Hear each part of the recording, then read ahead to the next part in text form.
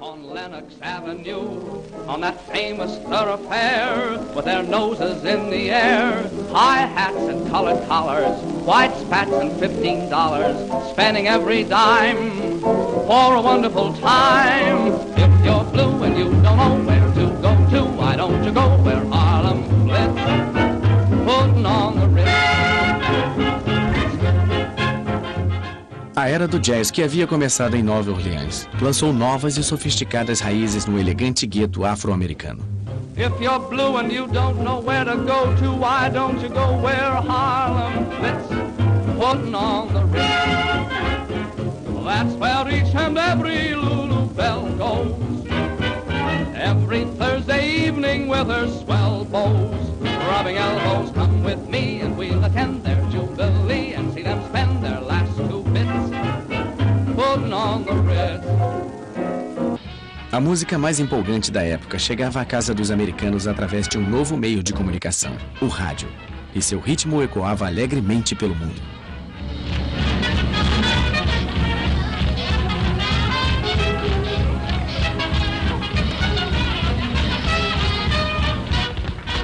Junto com o jazz, a cultura popular foi dominada pelo cinema nos anos 20. O que começou como uma pequena novidade do showbiz se tornou uma forma bilionária de entretenimento. Os estúdios ficaram surpresos com o poder de atrair o público exercido pelos astros da tela como Mary Pickford e seu então marido Douglas Fairbanks. Mary Pickford havia se tornado a queridinha do país já em 1915. Quando os produtores de Hollywood perceberam seu valor, pagaram a ela $10 mil por semana, uma quantia que continuou aumentando durante os anos 20. Mas o rei do cinema mudo era o cômico britânico Charlie Chaplin. Ele enfraqueceu o poder dos magnatas do cinema dirigindo e produzindo seus próprios filmes. Seu filme Em Busca do Ouro lhe rendeu $2 milhões.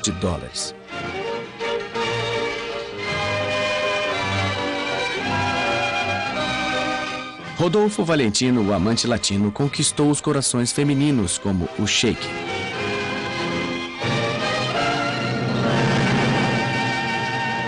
Ele morreu prematuramente em 1926 e foi homenageado com um enterro semelhante a um funeral de Estado.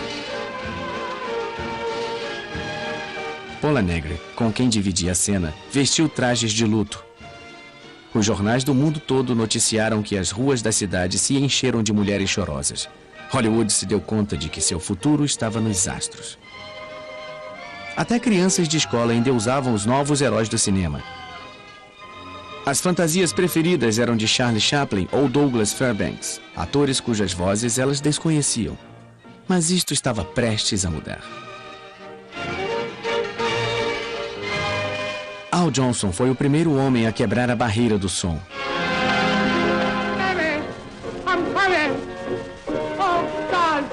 I hope I'm not late. Mary, don't you know me? It's a little baby. I walk a million miles for one of your smiles. From my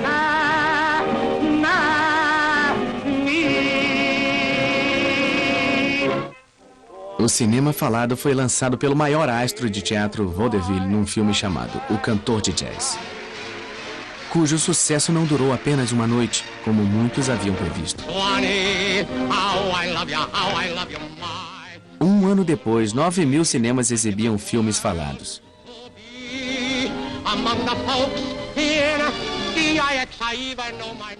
Mas o herói da vida real mais celebrado nos anos 20 foi Charles Lindbergh, um homem que sonhou sobrevoar um dos maiores oceanos e que logo aterrissou no coração de todos os americanos.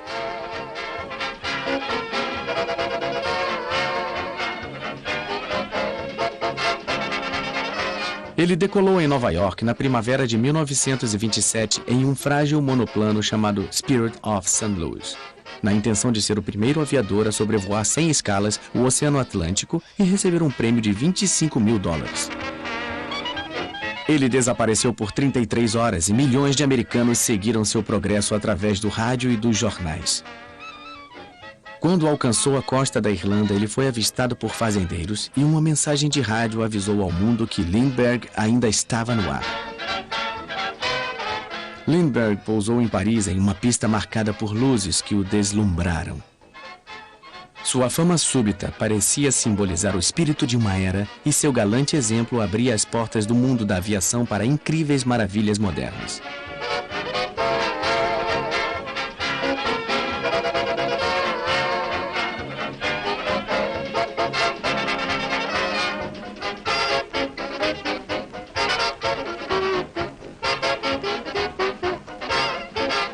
Quando ele voltou, os nova-iorquinos homenagearam seu herói com uma chuva de papel picado que não foi igualada nos anos seguintes.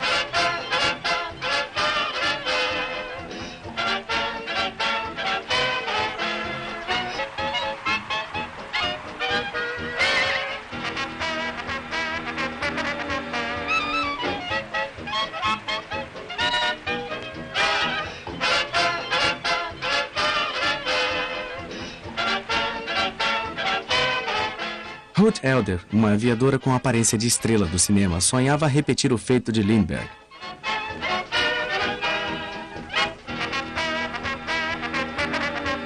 Mas ela teve que abandonar seu avião no Oceano Atlântico depois de cruzar 3.000 quilômetros.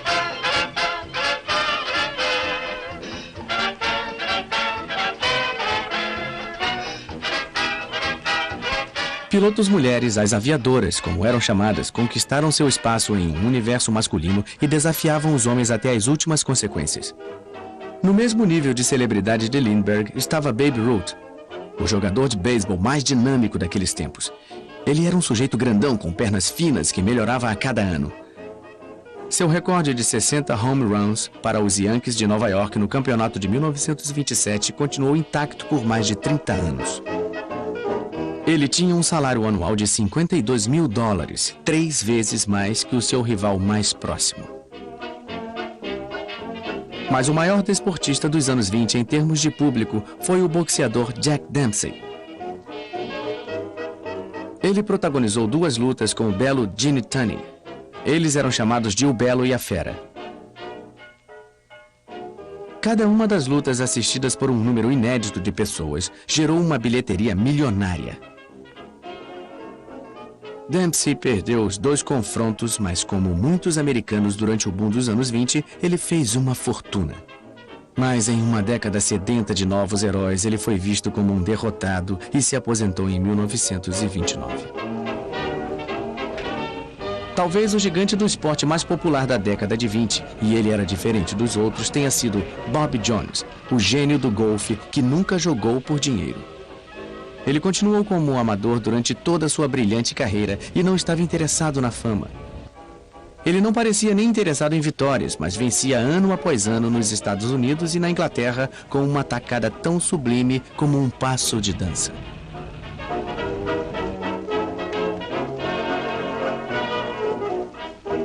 Ele foi o primeiro golfista a ganhar o Grand Slam, vencendo os 4 maiores torneios de golfe no mesmo ano, mas sempre será lembrado como um cavalheiro genuíno.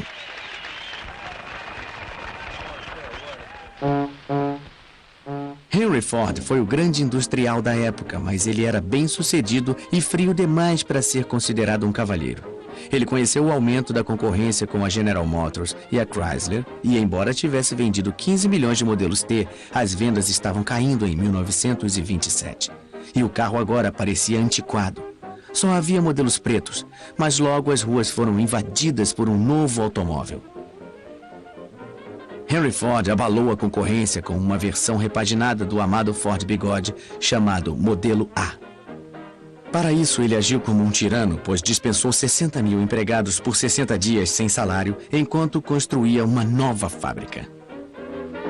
Lay off, people. Lay off, folks. None of your sarcastic jokes, cause Henry's made a lady out of Lizzie. Have you seen her? Ain't she great? She's something you'll appreciate. I'm sure you understand just what I mean. Why, everybody, everywhere is falling for her now. I'm talking about the new Ford, and boy, she is a wow. Lay off, people. Lay off, folks. None of your sarcastic jokes, cause Henry's made a lady out of Lizzie. She once had rattles in her wheel, but now she's full of sex appeal, cause Henry's made a lady out of Lizzie. O modelo A também virou um sucesso de vendas. O crédito fácil ajudou os motoristas a substituírem os Fords Bigode pelo novo modelo. Na época, quase todos os carros já eram vendidos a crédito e quase todo mundo estava endividado. Bancos e agências emprestavam dinheiro rapidamente sem fazer muitas perguntas. Nos anos 20, a única coisa que os americanos gostavam mais do que os carros era da emocionante especulação no mercado de ações. No período de 1927 a 1929, muitos americanos ficaram obcecados com Wall Street, contagiados pela febre dos investimentos, já que o valor das ações continuava subindo. O crédito instantâneo fazia com que auxiliares de escritório, secretários, donas de casa, mineradores e mensageiros pudessem investir em ações pela primeira vez. Qualquer um podia comprar na margem, a crédito, com empréstimos de seu corretor. Em 1927, no auge do comércio de ações, 577 milhões de títulos foram negociados. Em 1928, Calvin Coolidge decidiu não concorrer a um segundo mandato como presidente. Suas realizações foram poucas, mas ele continuava popular porque durante seu governo, o nível de vida da maioria dos americanos nunca havia sido tão bom. Aos olhos do povo, ele era um ótimo presidente. Mas enquanto a economia continuava em ascensão, uma perturbadora corrente se escondia por baixo da prosperidade. O crédito instantâneo e o fato de o governo se recusar a regular a bolsa de valores, que estava fora de controle, anunciavam um desastre iminente. E muitos países europeus enfrentavam dificuldades para pagar suas dívidas de guerra com os Estados Unidos. A ascensão republicana continuou sob o comando de Herbert Hoover, que tinha sido secretário do Comércio desde 1920 e que muitos chamavam de arquiteto da prosperidade. Ele queria realizar um mandato ainda mais cheio de prosperidade e progresso. Durante a campanha presidencial de 1928, Herbert Hoover previu que os abrigos para pobres estavam quase em extinção e disse que os Estados Unidos estavam mais próximos de acabar com a pobreza do que jamais havia estado qualquer nação na história. Hoover representava o sonho americano. Aos 40 anos, ele havia se tornado multimilionário. Ou seja, ele sabia lidar com dinheiro. Mas seu próprio sucesso o levou a acreditar que todo homem deveria ser responsável pelo seu próprio bem-estar. O governo, disse ele, não deve interferir na vida das pessoas. Quando Hoover assumiu o poder na Casa Branca, ele prometeu extinguir a cultura dos bares clandestinos que os gangsters haviam criado em todos os Estados Unidos. Ele queria exterminar os grandes chefes de quadrilha como Al Capone, que havia acumulado uma fortuna de $30 milhões em 1927. Capone virou uma espécie de celebridade e até as torcidas dos jogos de beisebol o reverenciavam. Mas a violência aumentou. No Dia dos Namorados de 1929, Capone mandou seus pistoleiros para uma garagem de Chicago. 7 membros de uma gangue rival foram executados. Esta filmagem é uma reconstituição do massacre, mas as fotos contam por si só essa terrível história. Os assassinatos a sangue frio comprometeram o status de celebridade de Al Capone. Em 1931, Capone foi julgado por sonegação, por não pagar impostos sobre os lucros de suas atividades ilegais. Ele foi condenado e passou anos na prisão de Alcatraz.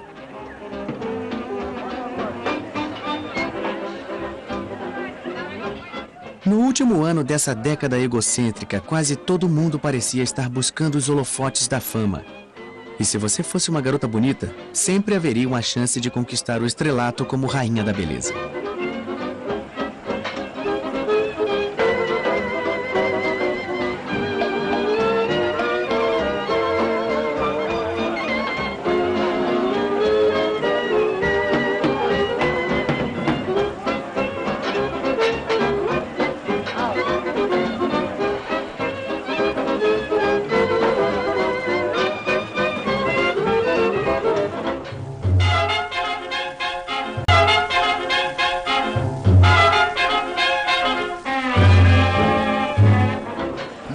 Era uma época em que feitos banais andavam lado a lado de feitos extraordinários, como os altíssimos arranha-céus de Manhattan. A mais de 300 metros acima das avenidas de Nova York, operários destemidos construíam os últimos andares de uma das maravilhas do design da época, o edifício Chrysler, que foi durante um período o edifício mais alto do mundo. Ele foi construído por homens de profissão arriscada e o momento era perfeito para que se tornasse um símbolo dos loucos anos 20.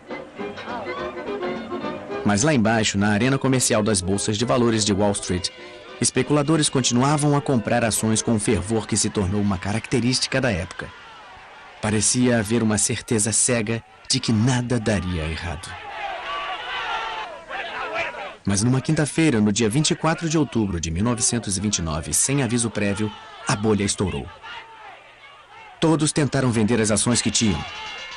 O pânico se alastrou e os preços caíram muito enquanto mais e mais investidores tentavam vender seus títulos. No fim daquele dia, o mercado de ações havia perdido 4 bilhões de dólares. E no fim de semana, a situação piorou. O povo andava desnorteado pelas ruas tentando entender as notícias. Muitos corretores que venderam suas ações na margem haviam feito empréstimos nos bancos. Os bancos começaram a exigir o pagamento dos empréstimos. Para pagar os bancos, os corretores cobraram as dívidas de seus clientes. E a única forma de os clientes conseguirem pagar aos corretores era vendendo suas ações a qualquer preço. Corretores e investidores tomados pelo pânico venderam mais de 16 milhões de ações em um dia, que ficou conhecido como a Terça-feira Negra. A queda das ações gerou um prejuízo de 14 bilhões de dólares. Houve raiva pelo modo como os negociantes jogavam com o dinheiro que não era deles. Trabalhadores comuns viram seus investimentos virarem pó. Nem os ricos e famosos foram poupados. Jack Dempsey, o campeão peso pesado aposentado, perdeu grande parte do que lutou para conseguir, 3 milhões de dólares. Como consequência imediata da quebra da bolsa, aqueles que tinham economias depositadas em bancos correram para sacar seu dinheiro com medo de que ele se perdesse. Diante da corrida pelo dinheiro em espécie e incapazes de recuperar os empréstimos de especuladores falidos, os bancos foram forçados a fechar as portas e declarar falência. Muitos perderam as reservas de toda uma vida e não tinham outra fonte de recursos para enfrentar a crise. Sem conseguir os empréstimos bancários necessários para fugir da tormenta, as empresas foram forçadas a fechar e milhares de trabalhadores ficaram desempregados. Pais que perderam suas casas tinham um semblante torturado de homens que sentiam ter fracassado com suas famílias. They used to tell me I was building a dream with peace and glory ahead. Why should I be standing in line, just waiting for bread?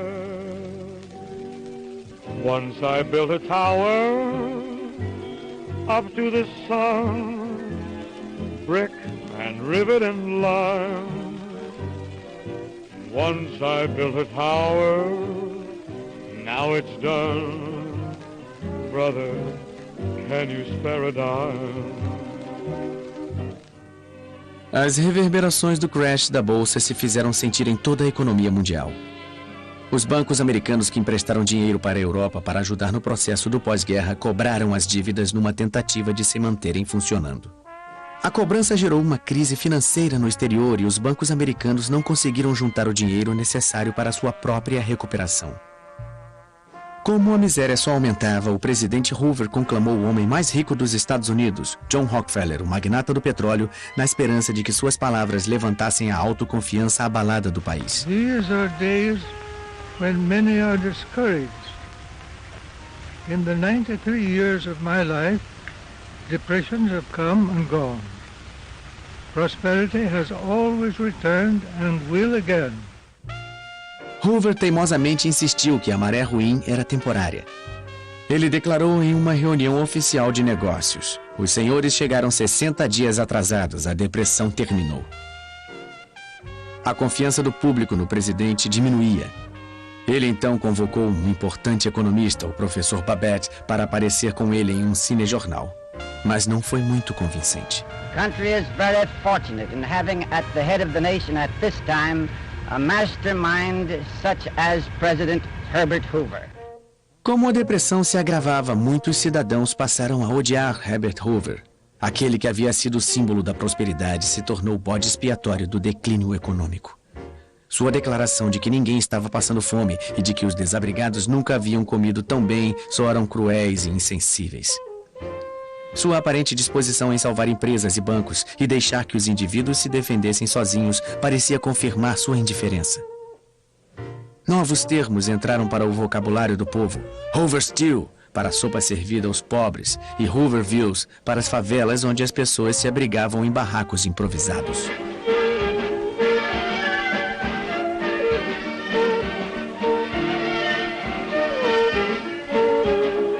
Jovens casais desesperados disputavam cansativas maratonas de dança em que o par que resistisse até o fim levava para casa um prêmio em dinheiro. Embora todos os dançarinos sonâmbulos estivessem ali por uma única razão: seu cansaço seria recompensado com uma refeição grátis. O país mais rico da face da terra não conseguia alimentar todos os seus cidadãos.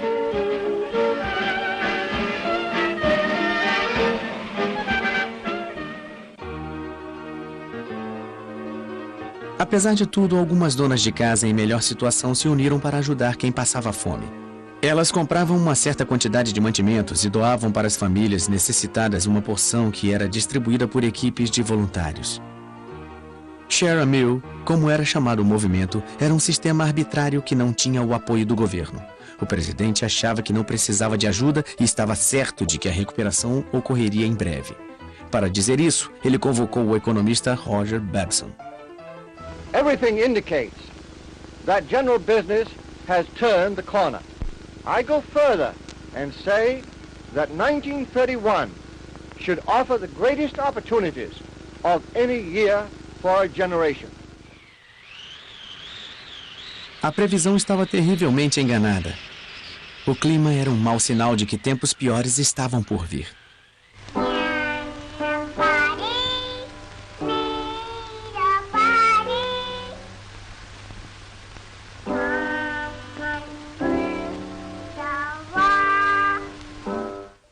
Atravessando a plantação significava superando tempos difíceis. E quanto mais as coisas pioravam, mais sentimentais os cinejornais ficavam.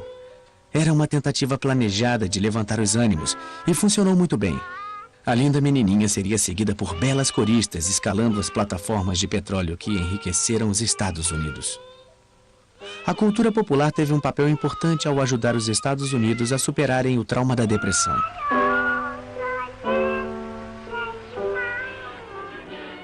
Na virada da década, a forma de entretenimento mais popular era o cinema. A maioria dos americanos assistia a pelo menos um filme por semana.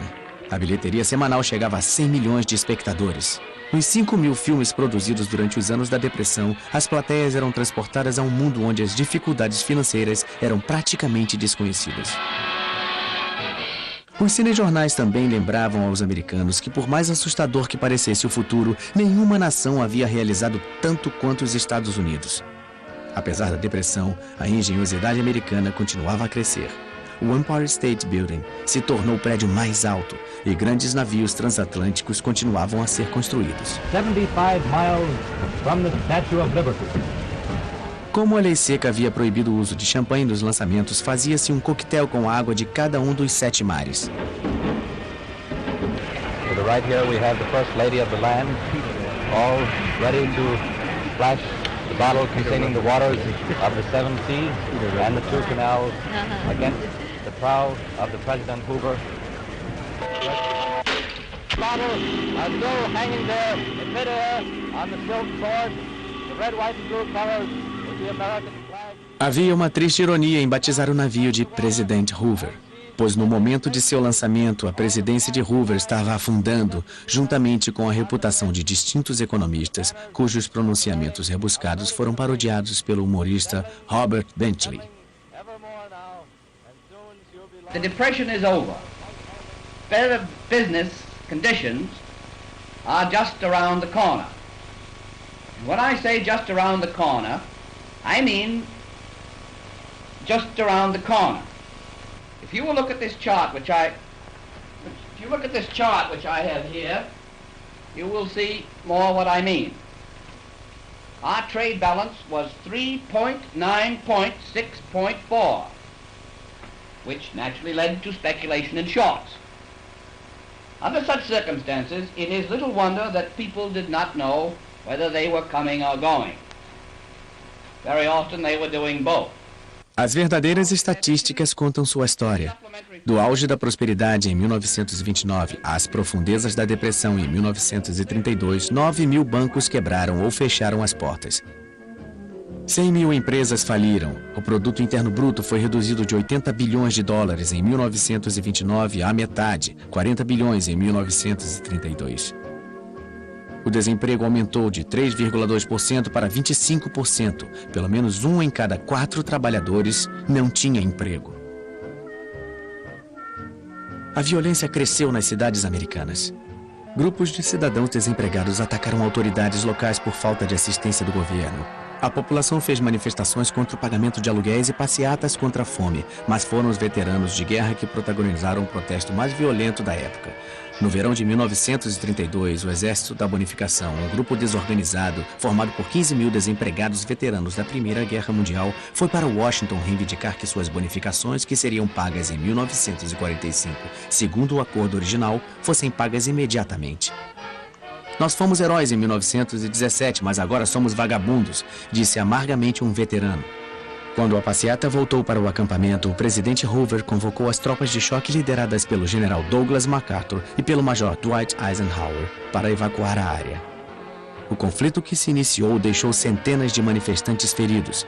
As imagens dos cinejornais registraram um espetáculo perturbador do exército dos Estados Unidos disparando contra cidadãos americanos. Os veteranos voltaram mais tarde, tomando as escadas do Capitólio, enquanto cantavam "Vamos mostrar a eles que somos americanos". A popularidade de Hoover despencou ainda mais.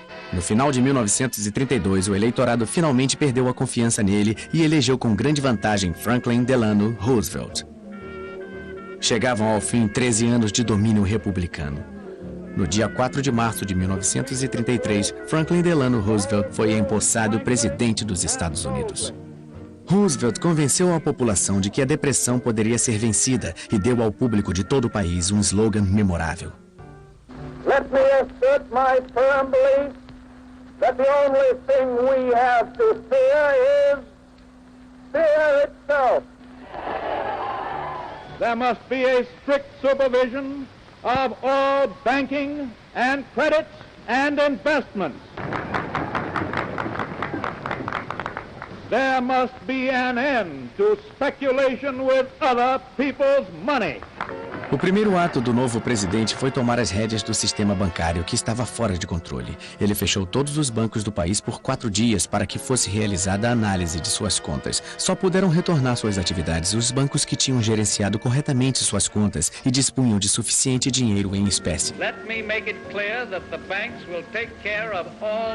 No dia 12 de março, em sua primeira conversa ao pé da lareira, Roosevelt falou diretamente ao povo americano. Ele assegurou de que os bancos estavam seguros e não havia mais motivo para os cidadãos sacarem suas economias. Quando os bancos reabriram na semana seguinte, foi depositado mais dinheiro do que havia sido sacado anteriormente. A crise bancária havia terminado.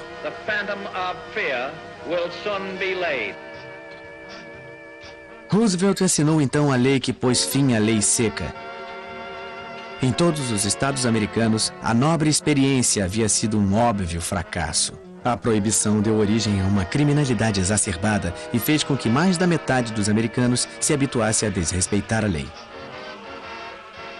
O programa de assistência de Roosevelt, a Administração Nacional de Recuperação, era o coração de sua estratégia de longo prazo para diminuir o sofrimento causado pela depressão, tomando para si a responsabilidade pelo bem-estar do povo e criando novos empregos. A Casa Branca convocou Jimmy Durante, um comediante de Hollywood, como um excêntrico porta-voz. You and you and you and you've got a president now. He gave the land a new deal. You hold the cards, now you deal. You and you and you and you put shoulders to the plow. He gave us what we asked for, now pay him back somehow. Step out in front, get back of the president, and give a man a job. If the old name of Roosevelt makes the old heart proud, you take this message straight from the president and give a man a job. Now listen to me, everybody. Step out in front. Get back of him. Get back of the president and give a man a job. You know he bought a front. You know that. I know it. So step out and give a man a job. You know who's in back of this in the NRA? No? Well, I'll tell you. And when I do, it'll give you heart of trouble. You take this message straight from the president I have told you the story of our steady but sure work in building our common recovery. In my promises to you, I made two things plain. First, that I pledged no miracles. And second, that I would do my best. I thank you for your faith. Our troubles will not be over tomorrow, but we are on our way, and we are headed in the right direction.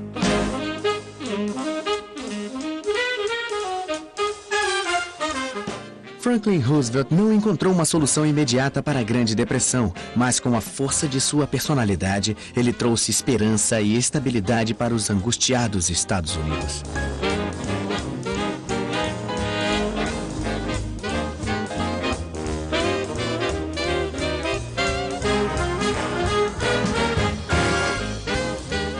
Aqueles que sobreviveram às tormentas que se seguiram ao crash da Bolsa de 1929 se lembrarão para o resto da vida dos anos que o precederam. Uma década idílica, divertida, irresponsável, porém maravilhosa. Os loucos anos 20.